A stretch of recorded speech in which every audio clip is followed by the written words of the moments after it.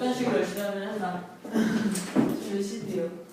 알려주지 않을 거야. 이제 식물의 영양입니다. 그다음에 잎에 대한 거고요. 아까 뿌리 줄기 했으니까 마지막 잎에 대한 걸 배우는 거예요. 잎 끝나면 잎에서 일어나는 광합성에 대해서 좀 더 자세하게 살펴볼 겁니다. 3단원이고요. 오늘은 잎까지만 할게요. 먼저 잎의 겉모양, 겉에서 봤을 때 잎의 모양이고요. 잎의 모양을 보면은 요 잎을 뭐라고 하냐? 잎새라고 해요. 잎새라고 합니다. 잎새. 우리가 알고 있는 잎을 잎새라고 하고요. 잎새한테 물을 공급하고 ip새에서 만든 유기양분을 내려보내는 통로들이 그물 모양으로 퍼져 있죠. 이걸 뭐라고요? 잎맥이라고 해요. 잎맥이라고 합니다. 그다음에 ip새를 잡고 있는 요 손잡이 같은 부분, 여기를 잎자루라고 해요. 잎자루. 빗자루의 이 자루처럼 잎을 잡고 있는 자루라고 하면 되고요. 요거는 뭐라고 하냐면 턱잎이라고 해요. 턱잎. 잎을 이렇게 받치고 있는 거죠. 마치 턱을 여기 보세요. 이렇게 받치고 있는 턱잎이에요. 알겠죠? 선생님. 방법이에요. 건강하네. 쏠리나요? 자, 두 번째.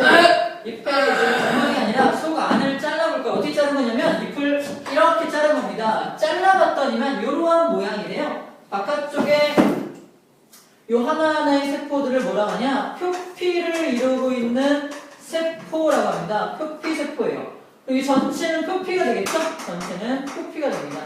표피의 특징은 여러분들 혹시 해봤나요? 잎을 잘라가지고 이렇게 맨 바깥에 위층을 벗겨보면은 투명한 게 벗겨져요. 투명한 게. 표피는 투명합니다. 이게 특징이에요. 투명하다는 것은 빛을 그냥 통과시킨다는 거예요. 그치? 그럼 광합성을 할 수 있을까 없을까? 못해요. 표피는 투명하기 때문에 뭘 못한다? 광합성을 할 수 없다는 게 정말 큰 특징입니다. 정말 큰 특징이에요. 광합성을 할 수 없다. 그럼 누가 광합성하느냐? 여기에 있는 이 녀석들. 파란색 칠해볼게요. 파란색으로 칠한 녀석들만 광합성을 할 수가 있어요.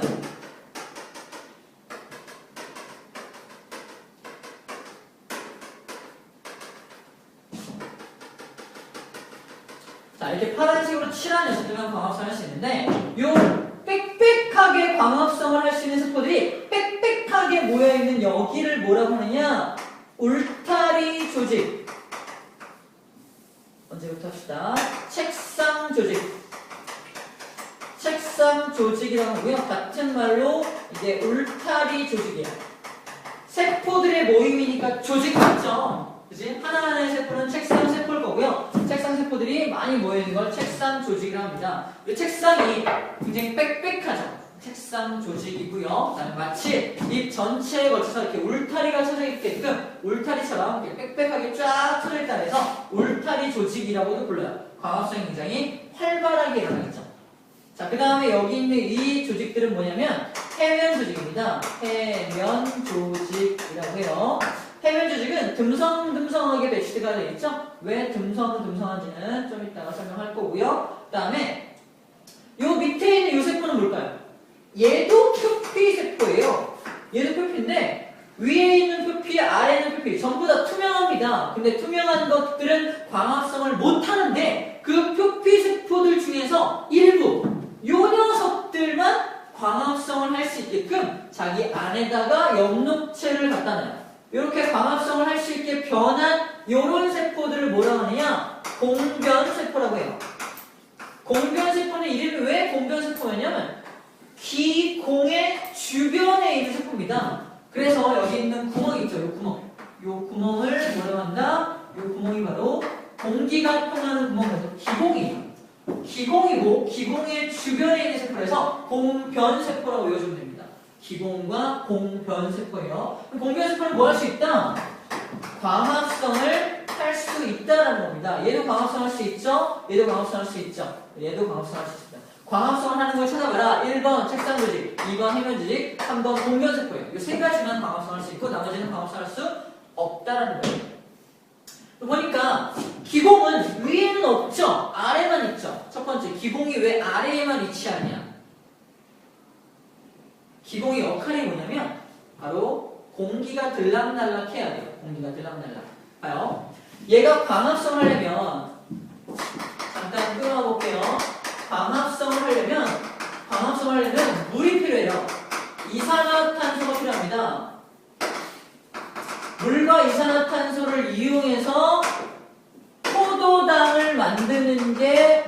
기억이에요. 그럼 봐봐요. 이때 필요한 게 빛이죠. 그러면 재료로서 광합성의 재료로 물과 이산화탄소가 필요하다는 건데 책상 세포 하나가 이제 광합성을 하려고 해. 물은 어디서 얻어? 인맥을 통해서 물이 공급되죠. 바로 요게 인맥입니다. 인맥을 그려놓은 거고요. 인맥에서 위쪽이 물관이고요. 아래쪽이 체관이에요. 그래서 인맥의 위쪽과 아래쪽 어떻게 외우느냐? 인맥은 하나의 물체다라고 해요. 물체. 그래서 위에가 물관, 아래쪽이 체관. 아하! 여기는 물관을 통해서 공급받으면 되겠네요. 여기 아니죠. 물은 물관을 통해서 공급받으면 되고요. 이산화탄소는 어떻게 공급받을 거야? 책상 조직이. 바로 요 기공을 통해서 이산화탄소가 이렇게 들어옵니다. 들어와서 CO2 이산화탄소가 공급이 되는 거예요. 근데 만약에 해면 조직이 빽빽하면 이산화탄소 기체가 들어올 수 있어 없어? 들어왔는데 빽빽하면 갈 수가 없잖아. 그래서 이를 듬성듬성하게 세포를 만들어 놓은 거예요. 기체가 잘 들락날락 할 수 있게끔. 이해되죠? 그래서 듬성듬성한 이유입니다. 자, 이게 CO2가 공급되는 원리예요. 그래서 둘 다 이거는 기공을 통해 공급되고 이런 물관을 통해 공급되기 때문에 광합성의 재료가 이렇게 공급되고 있는 겁니다. 이렇게 해서 포도당을 만들면 만든 포도당을 체관을 따라 내려보내겠죠. 이런 구조로 되어 있는 게 잎의 구조예요. 책상 조직, 해면 조직, 공유체가 광합성을 한다라는 거 기억을 좀 해주면 되고요. 그리고 기공이 왜 아래에만 있냐 물어봤었는데 기공이 만약에 위에 있다면 위로 뭐가 쌓이냐면요 먼지가 쌓여요. 먼지가 쌓이면 기공이 막혀버려요. CO2가 공급될 수가 없겠죠. 그래서 위에 위치하지 않는 이유가 먼지 때문에 첫 번째. 두 번째로 위쪽이 직접적으로 햇볕을 받는 부분이죠. 직접적으로 햇볕을 받기 때문에 기공의 또 다른 역할이 뭐냐면 물을 증발시키는 거예요. 근데 위에 기공들이 있다면 햇빛을 너무 많이 받아서 너무 많은 물이 증발됩니다. 식물은 말라 죽을 수밖에 없어요. 그래서 아래쪽에 있어서 응달이죠. 응달 쪽에 위치하고 있어서 상대적으로 물을 좀 적게 증발시키는 역할을 하기 위해서 기공이 잎의 아랫면에 위치하고 있다는 거예요. 혹시 잎을 따봤나요? 따서 위에서 바라보면은 좀 너무 진한 색이에요. 근데 아래쪽을 들여다보면은 약간 옅은 색입니다. 혹시 알아요? 우리 호박잎 먹을 때도 깻잎이나 호박잎 같은 거 먹을 때도 윗면은 되게 진한 녹색인데 아랫면은 좀 옅은 녹색이에요. 본 적 있다. 뭐야? 깻잎은 본 적 있다. 깻잎도 자세히 봐봐요. 아랫면을 보면은 좀 옅고요. 위를 보면 좀 진해요. 그 이유가 뭐냐면 위에서 바라보면은 여기 투명하니까 어디가 보이는 거냐면 빽빽한 책상 조직이 보이는 거예요. 여기 봐야지. 빽빽한 책상 조직이 보이니까 진하게 보이는 거고요. 아래에서 바라보면 해면 조직이 보이는 거예요. 좀 듬성듬성한 해면 조직을 관찰하게 되니까 옅은 녹색으로 관찰되는 겁니다. 이해됩니까? 자, 그렇게 잎을 좀 정리할 수가 있겠네요. 자, 세 번째, 잎의 기능입니다. 잎은 어떤 기능을 하느냐? 자, 먼저 광합성하죠? 잎의 가장 중요한 기능입니다. 광합성이라는 기능을 하고요. 그 다음에 증산작용을 해요. 증산작용은 어디서 하냐? 잎의 기공을 통해 합니다. 이렇게 있는 기공을 통해서 증산작용을 해요. 그 다음에 호흡을 합니다. 호흡작용을 해요. 호흡이라는 건 공기를 들락날락하게 하는 거죠. 이산화탄소나 산소가 왔다 갔다 하는 겁니다. 여기도 마찬가지로 기공을 통해서 합니다. 광합성은 이런 세 개의 조직을 통해서 하고요. 호흡작용과 증산작용은 기공을 통해 한다는 거예요. 잎의 기능을 기공이 굉장히 많이 담당을 하고 있죠. 기공이 담당을 하고 있습니다. 기공이 열리고 닫히면서 이 증산작용과 호흡작용을 조절해주겠죠. 열리고 닫히는 이제 작용을 살펴볼 거예요. 그 전에 먼저 잎의 증산작용 요걸 좀 자세하게 살펴볼 건데요. 증산이라는 건 뭘 증산시키는 거냐? 수증기예요. 수증기를 날려보내는 겁니다. 다시 말해서 여기에 물들이 공급됐을 때 이 물들 중에서 일부를 수증기 형태로 갖고 이렇게 날려보내는 작용을 증산작용이라고 해요. 그럼 왜 증산작용이 일어날까? 증산작용이 왜 일어날까요? 그 이유는 몸속에 물이 너무 많아서 그래요. 그래서 몸속에 체내, 수분의 양을 조절하기 위해서 증산작용을 합니다. 내가 물이 너무 많아. 그래서 날려보내야 됩니다. 물이 너무 많을 때. 그럼 물이 너무 많다라는 건 봐요. 내 몸속에 있는 양분의 양은 일정한데 물이 너무 많으면 내 몸이 싱거워지는 거죠. 얘 몸속으로 내용속은 싱거워지면 안 됩니다. 항상 일정한 체액의 농도를 유지해야 되는데 물이 너무 많으면 싱거워져. 싱거워지면 안 되거든요. 그래서 물을 날려보냄으로 해서 내 몸을 적당하게 맞추는 거죠. 그래서 무기양분을 농축한다라고 합니다. 무기양분을 농축한다는 말이 고농도로 만든다는 뜻이에요. 내 몸속에 있는 양분을 물을 증발시킴으로 해서 농축시킨다. 체내 수분량 조절과 관련되어 있는 내용입니다. 세 번째, 이 식물도 생물이기 때문에 체온을 조절해야 돼요. 너무 뜨거우면은 광합성도 안 일어납니다. 그죠? 우리 광합성 그래프 기억납니까? 광합성이 너무 뜨거우면 뜨거우면서 쭉 내려오죠. 광합성이 안 돼요. 너무 뜨겁지 않게 하기 위해서 물을 증발시키면서 자기 체온을 낮춰줘요. 우리가 땀 흘리는 것과 똑같습니다. 식물도 마치 증산작용을 통해서 땀 흘리는 것과 같은 역할을 하는 거예요. 이게 증산작용의 의의가 되겠네요. 의의를 좀 먼저 살펴봤어요. 자, 그 다음에 굉장히 중요한 게 4번에 나오는데 연결되는 내용입니다. 바로 식물의 물 상승의 원동력입니다. 이거는 좀 이따가 설명을 해주도록 할게요. 굉장히 중요합니다. 굉장히 중요해요. 물 상승의 원동력이 된다.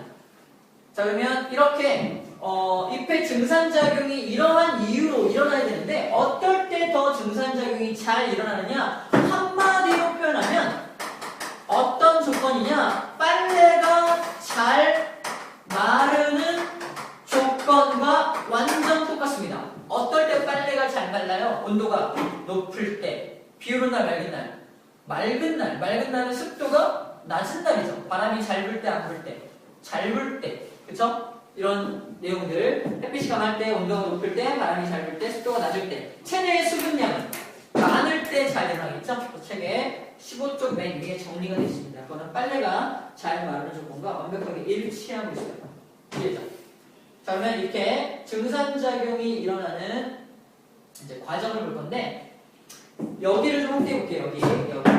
하나, 둘, 셋, 네 개. 요 네 개의 세포를 확대해 볼 겁니다. 예를 1번 세포, 2번 세포, 3번 세포, 4번 세포 나갈게요. 1, 2, 3, 4번 세포를 다시 한번 그려보도록 할게요. 자, 1번, 2번, 3번, 4번 세포를 이렇게 1번 세포, 2번 세포, 3번 세포, 4번 세포입니다. 전부 다 세포들이니까 핵을 갖고 있겠죠? 그리고 이 녀석들은 그냥 표피세포예요. 표피세포인데 2번과 3번 세포만 뭘 가지게 되는 거냐? 광합성을 할 수 있게끔 엽록체를 가지게 되는 거예요. 그치? 1번과 4번은 우리는 무슨 세포라고 부르느냐? 그냥 표피세포입니다. 하지만 2번과 3번은 무슨 세포라고 해요? 공변세포죠? 공변세포. 표피세포가 변형된 공변세포입니다. 그죠? 표피세포는 공변세포. 그러면 어떻게 기공이 열리느냐? 일단 이 공변세포는 안쪽이 좀 더 두꺼워요. 두껍습니다. 이게 일반적인 구조고요. 얘가 햇빛을 볼 때, 낮입니다. 낮에 햇빛이 쨍쨍 내리치게 되면은 1번, 2번, 3번, 4번 중에 광합성을 할 수 있는 게 있어요. 누가 광합성합니까? 2번과 3번 세포만 광합성하겠죠? 광합성을 한다는 건 뭐가 생긴다는 거예요? 양분이 생긴다는 거죠? 그지?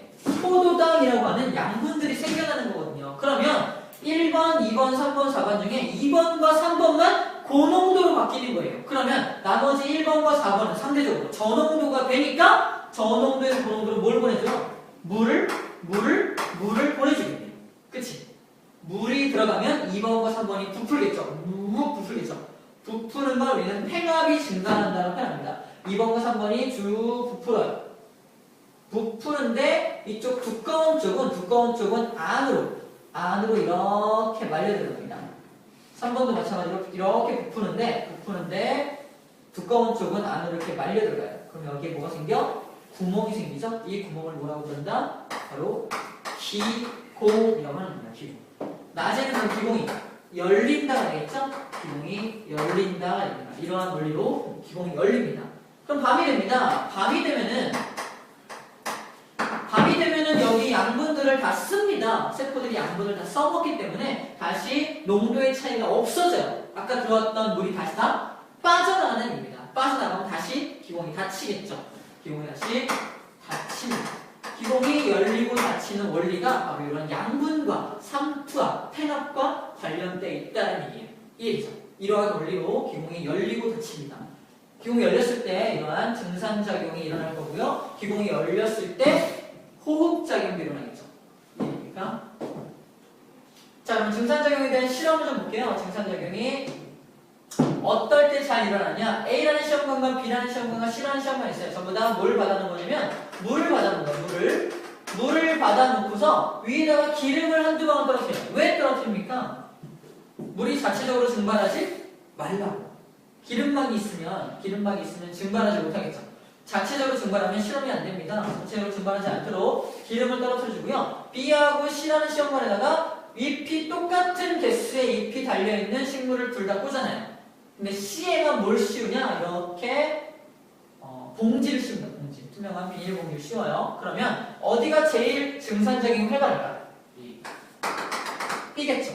B가 제일 활발하겠죠. B는 그러면 물이 쭉 줄어들겠네요. 물이 여기까지 줄어들다고 봅시다. A는 줄어들어 안 줄어들어? 전혀 안 줄어들어요. 증산작용이 일어나지 않으니까. 근데 C는 많이 줄어들지 않겠죠. 왜? 어느 정도 증산작용이 일어나면 더 이상 증산작용이 일어날 수가 없어. 왜? 여기가 습도가 너무 높아졌으니까. 마치 비 오는 날처럼 된 거예요. 잎의 입장에서 비가 왔나 이렇게 습기가 높아? 왜 안 날라가? 이런 겁니다. 습도가 높을 때는 증발이 더 이상 일어나지 않죠. 때는 요만큼밖에 안 주는 거예요. 문제입니다. A, B, C 중에 남은 물의 양이 제일 많은 거. A죠. A, B, C 중에 증산작용이 제일 활발했던 거. B입니다. 이렇게 어떻게 물어보냐에 따라서 답은 달라집니다. 아시겠죠? 책에도 이렇게 나왔었죠? B하고 C 비교해서.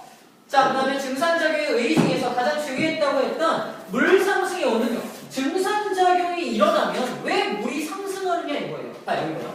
사람입니다. 이 나무는 약 100m 가까이 뻗어 있는 나무라고 보면 돼요.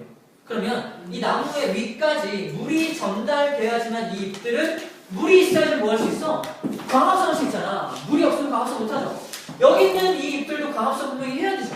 물이 여기까지 올라가야 한다는 얘기입니다. 어떻게 100m 넘게 물을 올려줘야 하는 얘기예요.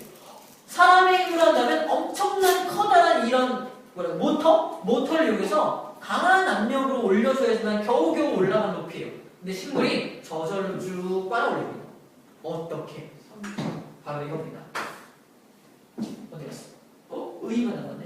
증산 작용으로 인해서 이게 가능합니다. 무슨 얘기냐? 잘 봐요. 이게 식물입니다. 식물의 1번 세포예요. 잎에 있는 세포입니다. 잎에 있는 세포예요. 밑에 있는 게 2번 세포예요. 이게 3번 세포입니다. 세포. 다음에 세포들이 연결되어 있죠? 연결되어 있을 겁니다. 이때 1번 세포에서 증산작용이 일어나요. 봐요. 여기 똑같은 농도로 되어 있었는데 1번 세포가 증산작용이 일어난다는 건 물이 날아가는 거죠. 그러면 1번 세포는 물을 잃어버렸으니까 1번 세포는 그러면 물이 사라짐으로 해서 고농도가 되는 거야? 저농도가 되는 거야? 고농도가 되는 거예요. 그러면 2번 세포는 저 자식이 나랑 농도가 똑같았는데 갑자기 고농도가 됐어. 열 받아봐요. 받아요. 그럼 저농도에서 고농도로 뭘 보내줘? 물을 보내줍니다. 이래요. 물을 보내줍니다. 그러면 2번 세포가 물을 보냈으니까 2번 세포는 3번 세포에 비해서 고농도가 된 거죠. 이해됩니까? 3번 세포가 2번 세포한테 또 물을 줄 수밖에 없어요. 이게 연쇄 작용이 일어나면 물이 계속해서 올라가는 이런 현상을 보이겠죠. 이게 바로 증산작용이 시작됐기 때문에 물이 저절로 쭉쭉쭉쭉 빨리 올라가는 겁니다. 엄밀하게 따지면 삼투압이죠. 하지만 삼투압은 삼투압이라는 용어는 쓰지 않고요. 이 증산작용으로 인해서 물이 빨리 올라간다는 겁니다. 그래서 식물체가 물 상승하는 원동력이 되는 가장 큰 힘이 뭐냐? 바로 증산작용입니다.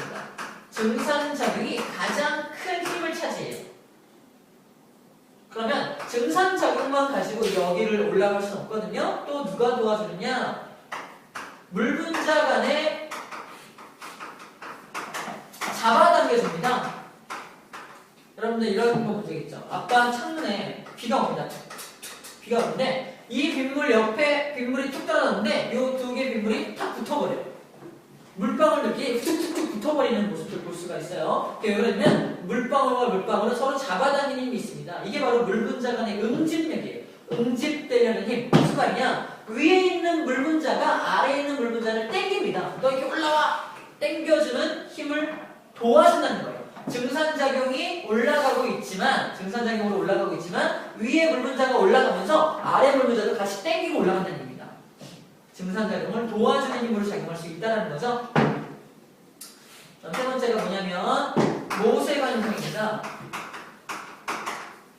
자, 모세관 현상이라는 건 뭐냐면, 여러분들, 이렇게 컵에다가 물을 받아놓고, 빨대를 딱 꽂아놓으면, 빨대 위로 물이 약간 상승하는 걸 볼 수 있어요. 빨대 위로 물이 약간 올라옵니다. 자, 여기를 확대하면 왜 이런 일이 발생하냐면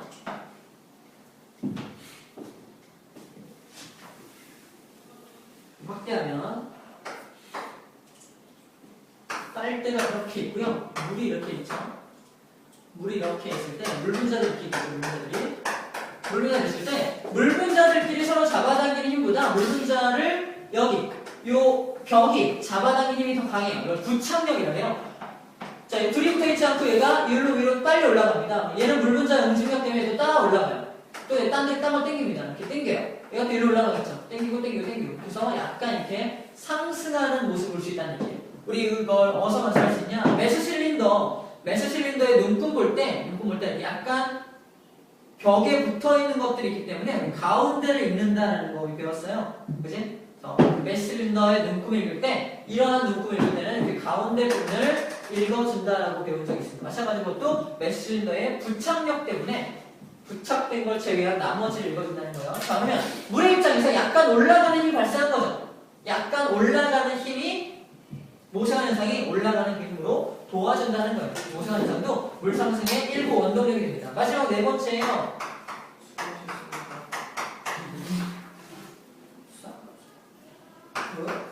뭐야?